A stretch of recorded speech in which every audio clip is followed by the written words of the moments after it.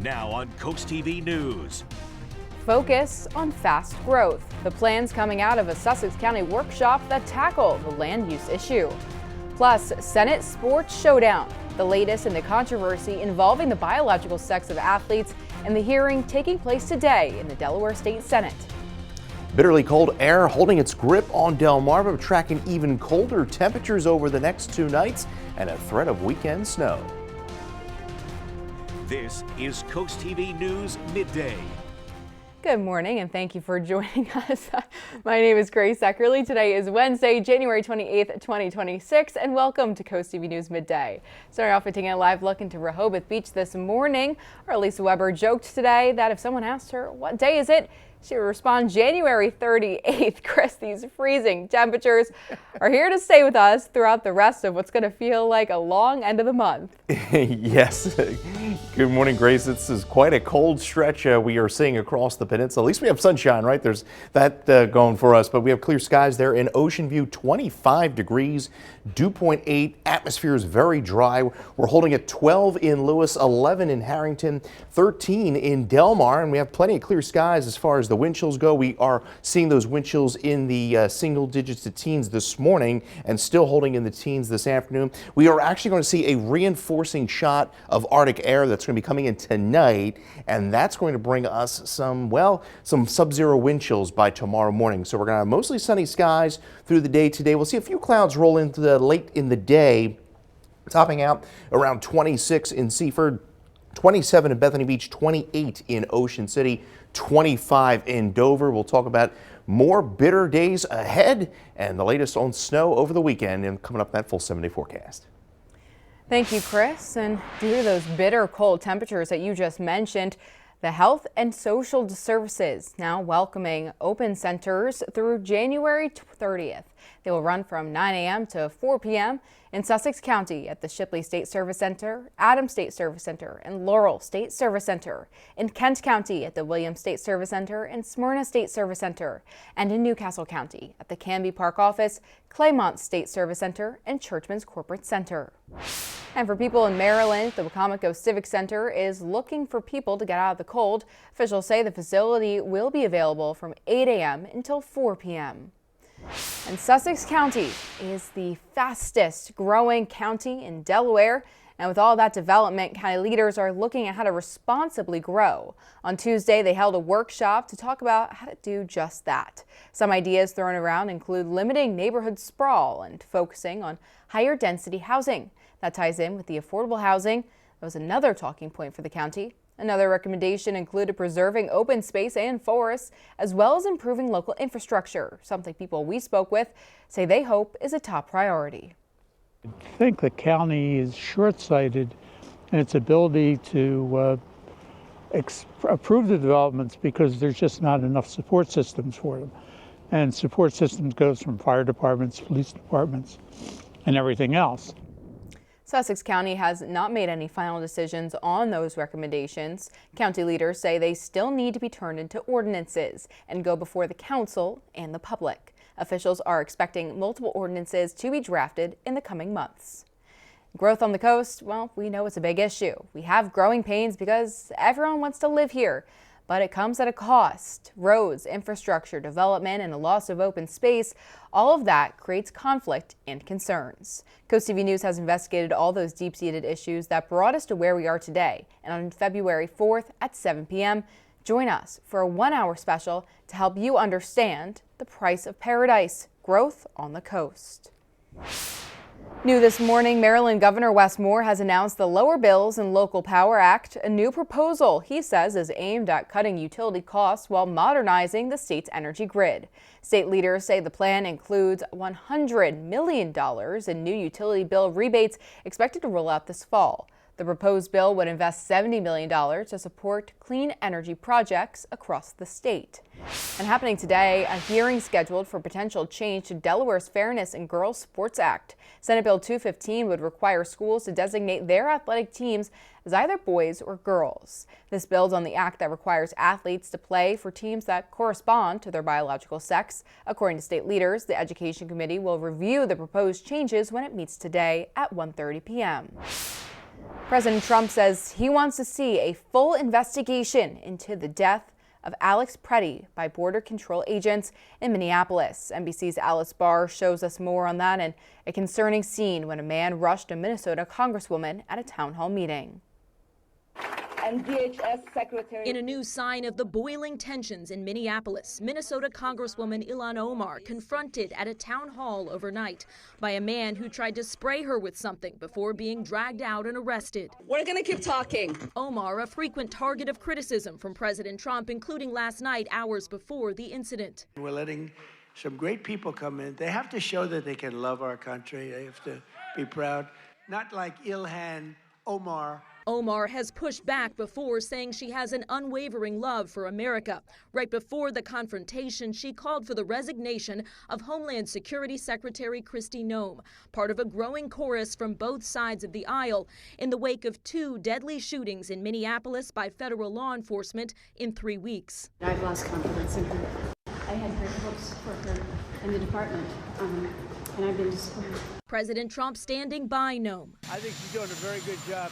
The border is totally secure. That as the president backed a full investigation into 37-year-old ICU nurse Alex Preddy's fatal shooting, while asked if he agreed with some of his administration officials casting Preddy as a domestic terrorist in the early stages. I haven't heard that, but certainly he shouldn't have been carrying a gun. Local officials say Preddy was legally carrying his gun, and new details from a preliminary internal Customs and Border Protection review NBC News obtained note that in the struggle, 2 officers fired their weapons 5 seconds after an agent yelled that Preddy had a gun, and that one of the agents then said he had Preddy's gun after the shots were fired. In Washington, Alice Barr, NBC News. Still more news to get to this morning. Stay with us on Coast TV News Midday. Coming up after the break, dangerous dog rescue, how the family pet found itself underwater. Good news is we stay dry the next 3 days. The bad news, bitterly cold, wind chills dropping below 0 over the next few nights. And then we talk the threat of snow. Yes, a coastal storm that could bring snow, wind, and coastal flooding to the peninsula. Congratulations, Maureen Gallagher of Bethany Beach, Delaware. We'll have the latest on the storm this weekend in my full 7-day forecast. DelDOT is reminding people that the agency does not plow private neighborhoods, only state roads. According to the agency, it could be up to 4 days before neighborhoods see plows. However, DelDOT says it reimburses civic associations for snow removal from private contractors who are able to plow sooner. Another way to get reimbursed by DelDOT for those on both private and public property. If you have a mailbox or property damaged by snow removal companies, you can contact the insurance coverage office at the number on your screen or email. DelDOT says to include pictures, date, time, and location in that email. And Lewis City officials are reminding property owners today that snow and ice must be cleared from sidewalks adjacent to their properties within 24 hours after a storm ends. That's according to Lewis City Code. All sidewalks must be cleared no later than Thursday, January 29th. Lewis says property owners who are unable to do so are responsible for arranging assistance. And coming up next, taking a live look at our Chris Cam. Chris Mastrobono clocking some serious hours in the Weather Center with the weather that was, the weather that is, and the weather that is to come. His full forecast after this.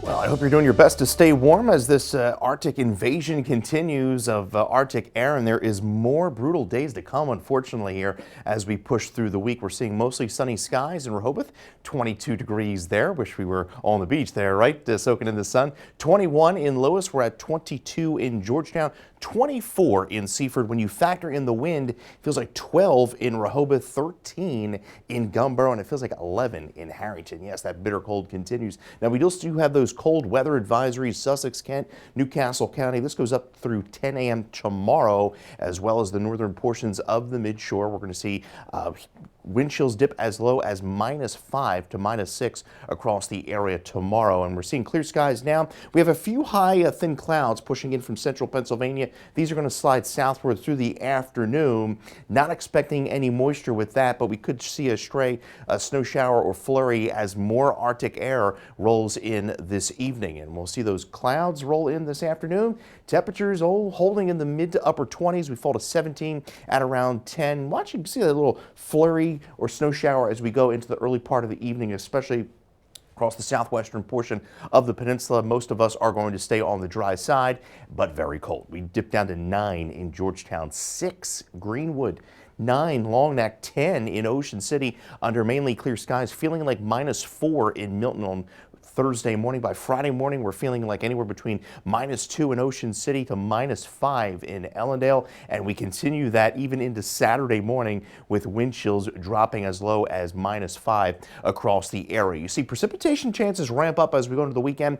Almost 50% chance we're talking about snow here late Saturday afternoon through Sunday morning. We're going to have a powerful area of low pressure develop off the southeast coast. You're going to have the polar jet combined with the subtropical jet and form this area of low pressure offshore. And with that pressure gradient between the high to the north, we're going to have strong winds develop regardless if we see a decent amount of snow or just light snowfall. Now, the closer this area of low pressure is to the coast, the more snow we get. You're seeing that snow break out late Saturday afternoon through Sunday evening across Virginia, the Maryland and Delaware coast. Now, this is a coastal storm, so the greatest chance to see accumulating snow is going to be at the beaches. The farther west you go, the less you're going to see. And there's that powerful storm kicking off to the northeast as we go into late Sunday through Monday, and we are looking at drier conditions by early next week. So keep a close eye to the forecast here over the next few days as we fine-tune things and then eventually put out a snow map here.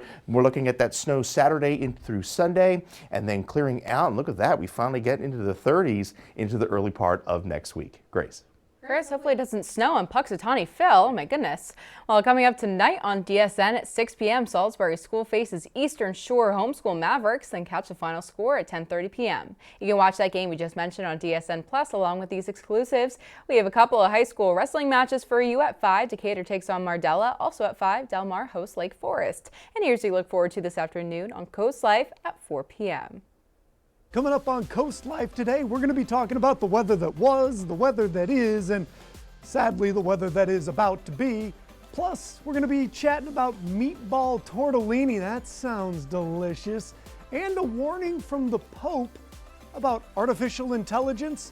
You can learn all about it coming up today at 4 o'clock.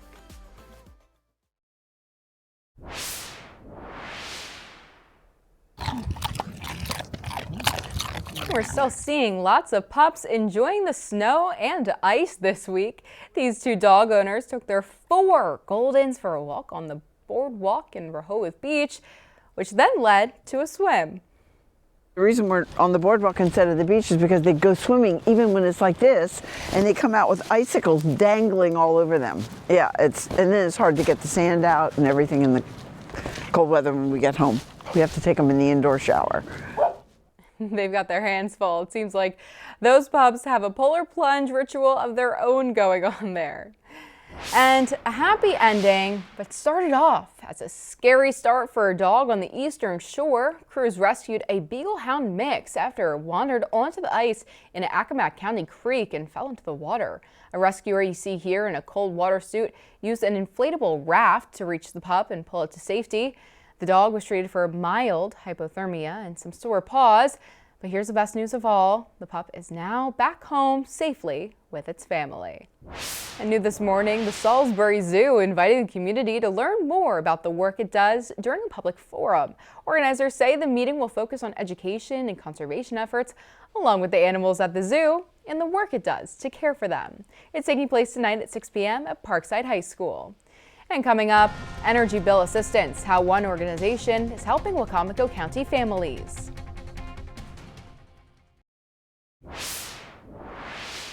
Cold temperatures mean heaters are continually running across Delmarva, and that can mean higher energy bills. The organization Shore Up in Wicomico County says the demand for help is already climbing as more people reach out for energy assistance. Client outreach increased 50% this week due to low temperatures.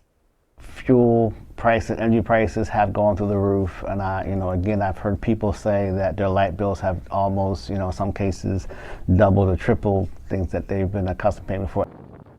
According to Bowen, Shore Up can help with electricity, gas, or fuel oil, but he says people shouldn't wait until it becomes a crisis. The sooner people apply, the sooner staff can help process their claims and help avoid a shutoff.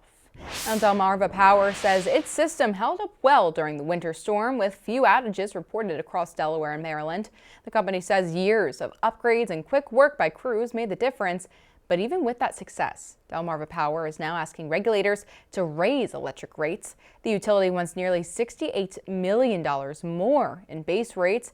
That means a higher monthly charge for customers. If approved, interim rates could take effect next summer. Despite sunny skies, we are not getting out of the 20s across the peninsula this afternoon. We're at 22 in Laurel, mid-20s through the afternoon, with a few clouds increasing late in the day. Get your latest forecast by dialing our First Alert weather phone. 10-day forecast is up next.